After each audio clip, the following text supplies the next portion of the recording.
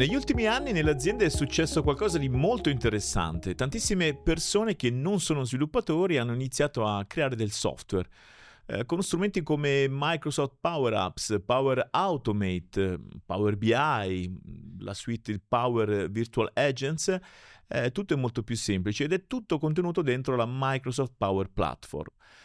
Il risultato qual è? Ecco, può capitare di trovarsi centinaia o migliaia di app create da chiunque e magari senza governance. Allora, come di consueto in questo podcast, oggi approfondiremo questo tema insieme al nostro preparatissimo Giorgio. Ciao Giorgio. Ciao Lorenzo. Giorgio, partiamo subito con una domanda che ci riporta ad anni bellissimi. Possiamo dire che negli anni 2000 lo sviluppo era un monopolio dell'IT e poi è arrivata invece una nuova idea, il citizen developer. Ci spieghi cos'è e quali rischi nasconde? Gli intramontabili anni 2000. In maniera molto sintetica, i citizen developer sono persone di business che costruiscono applicazioni, quindi si sostituiscono un po' a quello che sono gli sviluppatori vecchio stampo. Tradizionali. Cito un esempio per cercare di capire: un responsabile del team HR che non ha un adeguato strumento in azienda per monitorare il piano ferie di tutta l'azienda e decide di fare una power app per inserire le ferie e avere un tool che monitora tutto l'insieme, diciamo. Oppure anche un commerciale che automatizza dei report, per cui non ha uno strumento che gli fa questo lavoro, decide di farselo da solo, sfruttando quello che è un flusso Power Automate, per esempio, che magari poi ci crea anche sopra una dashboard per avere tutto l'aggregato dei dati. Queste persone chiaramente non sono sviluppatori, ma lo diventano in una qualche maniera. Quindi prima di parlare però dei rischi, parlerei dei vantaggi, che sono enormi in questo caso, come la velocità di deploy e l'autonomia, nonché l'innovazione proprio che arriva dall'utilizzo, dallo sviluppo di queste soluzioni proprio a livello dell'utilizzatore. E permea anche appunto i reparti più di business, diciamo, e non IT, ok. Quindi tutte cose molto belle che vanno benissimo, ma poi, come spesso capita, c'è anche l'altro lato della medaglia e arrivano i rischi. Allora, l'abbiamo capito quindi che la Power Platform può diventare anche un po' il cosiddetto Far West. In che senso? Aiutaci a capire. Corretto, Far West è forse uno dei termini più corretti da applicare. Partiamo come sempre da casi reali. Tantissime aziende che oggi vivono situazioni del tipo: abbiamo un sacco di Power App, più di 1 migliaio, decine di migliaia di flussi di automazioni che non sappiamo dove vanno a finire, qualche decina di connettori verso soluzioni terze parti che non avevamo mai sentito nominare, dati aziendali che quindi rischiano di girare ovunque, anche al di fuori di quello che è proprio il perimetro aziendale. I problemi che ci sono dietro sono quelli che normalmente ormai sentiamo parlare tutti i giorni: shadow IT, quindi app create senza coinvolgere l'IT, quindi non un supporto concreto proprio da parte del reparto IT, dati sensibili, quindi file Excel, SharePoint o database collegati senza alcun tipo di controllo, la dipendenza dalle persone, quindi se chi ha creato l'app lascia l'azienda, l'app in una qualche maniera poi muore, chi la sta manutenendo. Ci sono chiaramente anche aspetti di sicurezza, i connettori che dicevamo prima, in alcuni casi vengono installati i connettori verso strumenti terze parti, che possono essere Dropbox, Google Drive, servizi esterni non monitorati dall'azienda. E questo magari porta anche poi a dei costi nascosti, magari licenze premium che non vengono poi controllate. Quindi ancora una volta, Giorgio, dobbiamo parlare di governance. Governance questa volta della Power Platform, dove però governance ancora una volta non significa bloccare. Corretto, governance non vuole mai bloccare, ma non significa bloccare, significa semplicemente cercare di abilitare quella che è l'innovazione in modo sicuro e controllato. Governance è un po' il fil rouge, no? Che stiamo cercando di raccontare, Certo, e il messaggio che vogliamo passare è episodi. proprio quello di non bloccare assolutamente niente. La governance passa da 3 pilastri fondamentali, quindi gli ambienti. Qui dobbiamo tornare un po' come una volta, dobbiamo chiaramente avere degli ambienti di sviluppo, di test, prima poi di arrivare a quello che è l'ambiente di produzione, portare avanti magari dei progetti sperimentali, dei pilota, delle POC, prima di fare il rilascio in produzione, che oggi avviene tramite una semplice pubblicazione. Quindi molto più snello È come molto più processo. snello. Il secondo pilastro è quello della data loss prevention, quindi inserire delle policy che ci impediscono poi di attivare alcune combinazioni pericolose. Per esempio abbiamo scovato un caso da un cliente dove c'era un citizen developer che inizialmente usava ChatGPT a cui dava in pasto dei documenti aziendali per fare delle analisi e quindi tirarsi fuori un output di qualche tipo. Chiaramente l'IT ha voluto bloccare questo tipo di processo, ma ha bloccato la navigazione al sito ChatGPT. Ok. Ecco che questo Quindi è citizen developer, risolto. in parte. Ah. Poi ci siamo trovati dietro una mente brillante Ok. che ha costruito una power app con un connettore verso ChatGPT, Ok, quindi lui non workaround aveva, perfetto. esatto, non aveva più bisogno di navigare, ma aveva un'app costruita nel suo ambiente che andava a parlare direttamente con il connettore ChatGPT e quindi ha risolto così. Ok.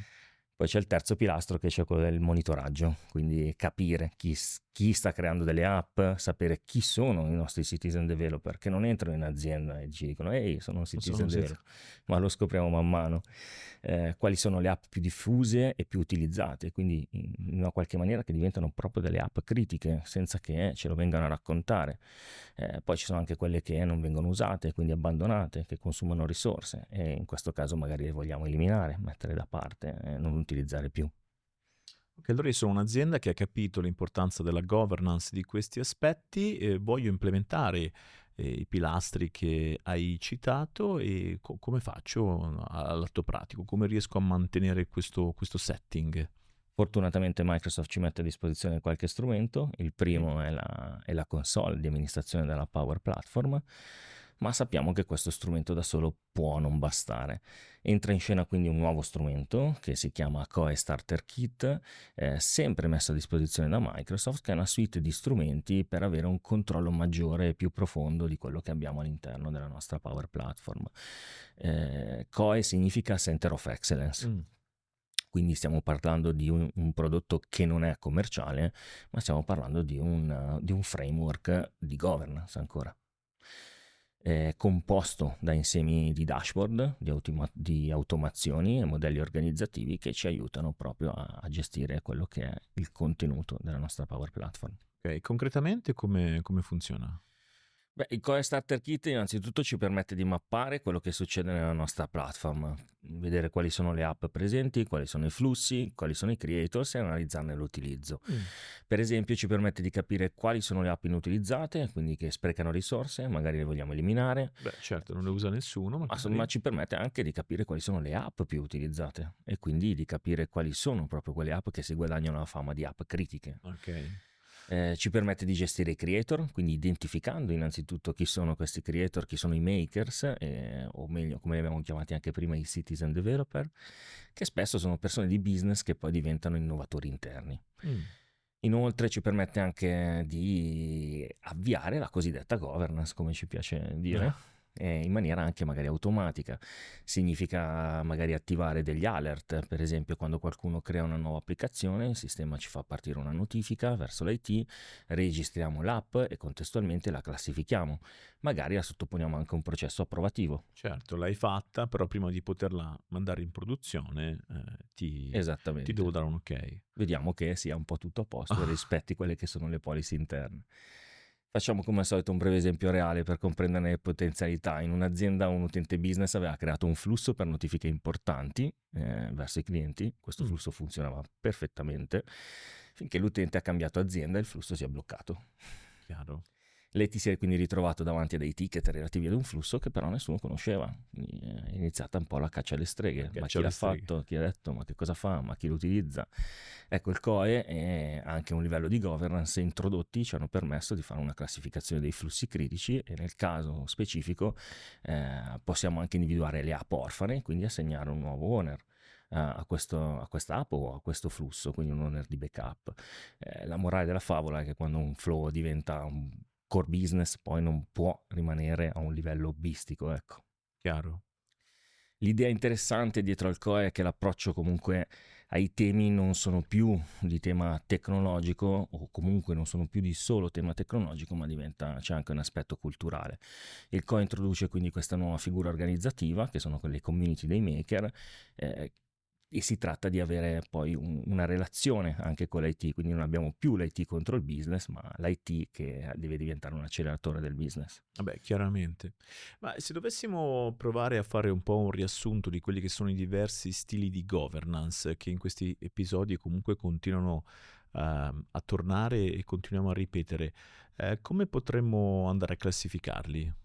Ce ne sono chiaramente molti, nelle aziende clienti ne ho visti tanti, me ne vengono comunque i 3 principali da citare. Abbiamo il modello di governance blocco totale, non ti permetto di fare nulla, però questo può portare poi a quel concetto di shadow IT che abbiamo detto prima, Ok, perché i nostri utenti potrebbero andare a cercare all'esterno una mano per fare il loro lavoro in maniera migliore, più veloce. chiaro. Poi c'è il modello anarchico, o meglio la governance, no governance. Tutti creano tutto, quello che è stato condiviso, il risultato però può essere solo caotico. E poi c'è il modello 3, innovazione governata, e allora qui ci sono linee guida, ci sono le community, c'è un monitoraggio attivo, ci sono strumenti come il COE che indubbiamente possono aiutarci a far funzionare un po' meglio il tutto. Chiaro, come ci hai spiegato in questo episodio. Allora ci portiamo a casa anche oggi un'interessante riflessione. La Power Platform è probabilmente una delle più grandi rivoluzioni aziendali degli ultimi anni perché per la prima volta il software non è più creato solo dai sviluppatori, ma anche dai cosiddetti utenti di business, quindi chi vive i processi in prima persona ogni giorno. Allora la domanda non è se dobbiamo permetterlo, ma ancora una volta siamo pronti a governare questo nuovo mindset? Giorgio, come sempre, grazie per i preziosi consigli, ci vediamo al prossimo episodio. Grazie a te, alla prossima.